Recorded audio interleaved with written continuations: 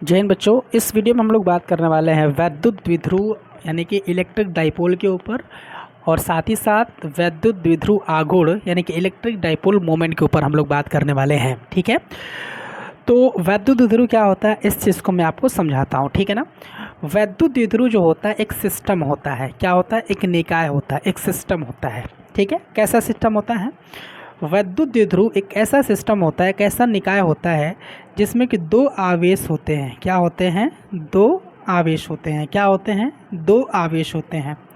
कैसे आवेश होते हैं? तो परिमाण में समान होते हैं। परिमाण में समान होते हैं, चिन्ह में अलग अलग होते हैं। ठीक है, यानी कि ये अगर प्लस है तो ये माइनस में है, और परिमाण में समान होने का मतलब अगर ये क्यू है तो ये भी क्यू है। ठीक है, तो एक ऐसा सिस्टम, एक ऐसा निकाय जिसमें दो आवेश होते हैं जो परिमाण में समान परंतु चिन्ह में विपरीत होते हैं, एक दूसरे से अल्प दूरी पर। किसमें? कितने दूरी पर?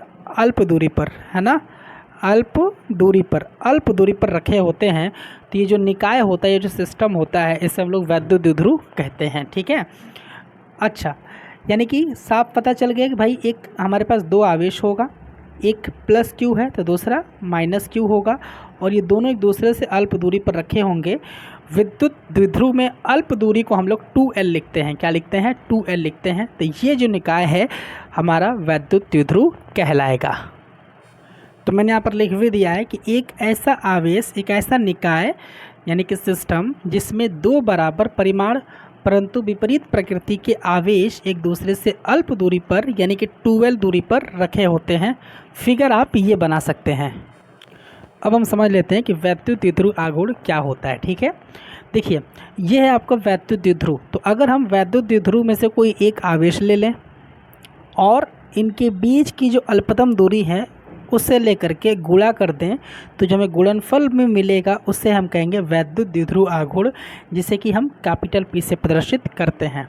ठीक है, यानी कि हम कह सकते हैं कि वैद्युत द्विध्रुव के किन्हीं दो आवेशों में से कोई एक आवेश, है ना, वैद्युत द्विध्रुव के दो आवेश होते हैं तो उनमें से एक आवेश तथा आवेशों के मध्य अल्पतम दूरी के गुणनफल को वैद्युत द्विध्रुव आघूर्ण कहते हैं। इसी चीज़ को हमने यहाँ पर लिख दिया है कि द्विध्रुव के किसी एक आवेश का परिमाण तथा उनके मध्य अल्प दूरी के गुणनफल को वैद्युत द्विध्रुव आघूर्ण कहते हैं। इसे कैपिटल P द्वारा प्रदर्शित किया जाता है, अर्थात कैपिटल P इक्वल टू हो जाएगा 2QL। साथ ही साथ ये याद रखिएगा कि जो वैद्युत द्विध्रुव आघूर्ण होता है यानी कि P जो होता है यह एक सदिश राशि होती है और इसकी दिशा माइनस से प्लस की तरफ होती है, माइनस से प्लस की तरफ होती है।